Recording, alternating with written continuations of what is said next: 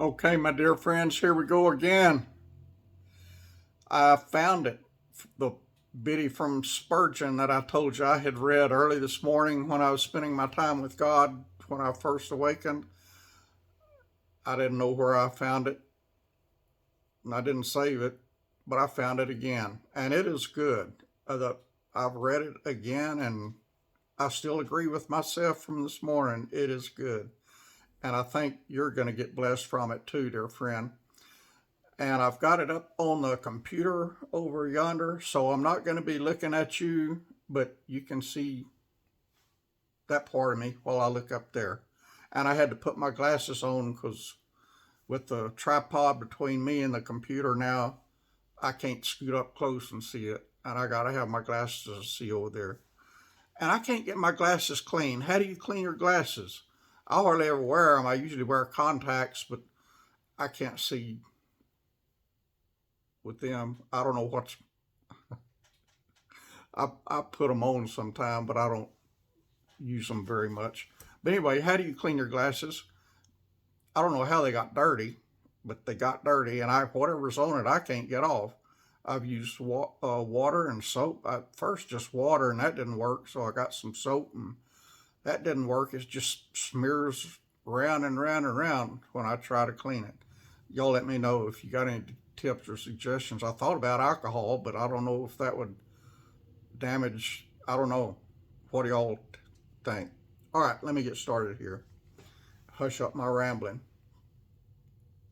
The Bible reference that Spurgeon gave here is from Luke chapter 8, verse 13.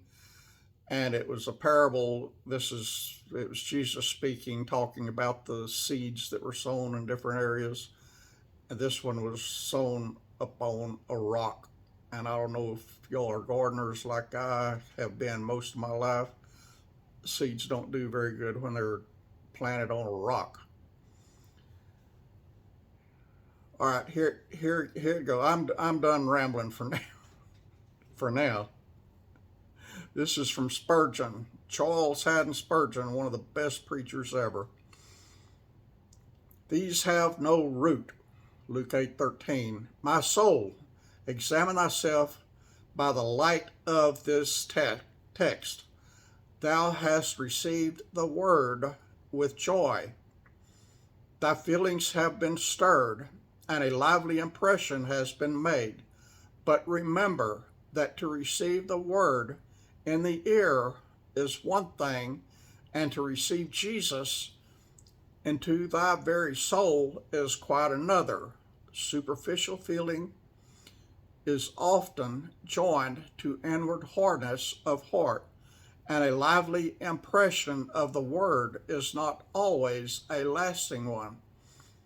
If the parable, the seed in one case fell upon ground having a rocky bottom, covered over with a thin layer of earth, when the seed began to take root, its downward growth was hindered by the hard stone, and therefore it spent its strength pushing its green shoot aloft as high as it could, but having no inward moisture derived from root nourishment, it withered away.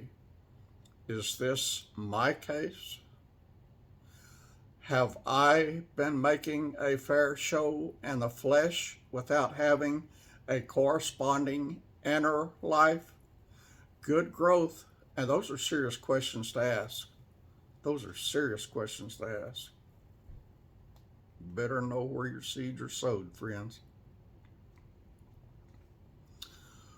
Oh, let me see where I left off. Have I been making a fair show in the flesh without having a corresponding inner life? Good growth takes place upwards and downwards at the same time.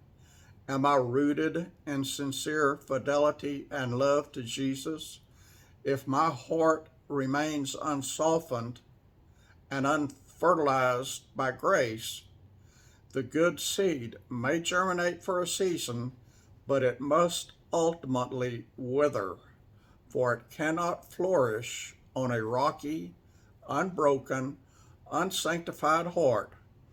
Let me dread a godliness as rapid in growth and as wanting in endurance as Jonah's gourd. Let me count the cost of being a follower of Jesus. Above all, let me feel the energy of his Holy Spirit, and then I shall possess an abiding and enduring seed in my soul. If my mind remains as obdurate as it was by nature, the sun of trial will scorch, and my hard heart will help to cast the heat more terribly upon the ill-covered seed, and my religion will soon die, and my despair will be terrible. Therefore, O heavenly sower, plow me first, and then cast the truth into me, and let me yield thee a bounteous harvest. Bam, y'all. Let me read that last sentence again, or that last paragraph.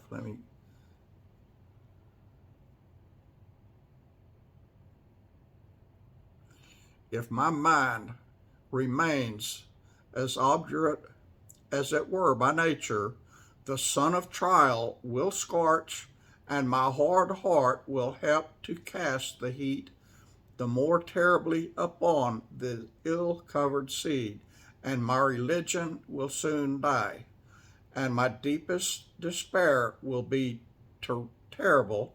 Therefore, O heavenly sower, plow me first, and then cast thy truth into me, and let me yield thee a bounteous harvest. That is some good stuff, y'all. I'm glad I found it again. All right. I think I'm done for today. I think. Y'all pray for one another and make sure your seed is planted in the right place. I love y'all. I appreciate y'all. And I had planned on cooking today and I didn't. So I reckon I'm going to have a bowl of ramen noodle soup for my supper. I can do that. And I'll put some cayenne pepper on top of it to give it a little bam. All right. Talk to y'all later, friends. I love you. God bless you.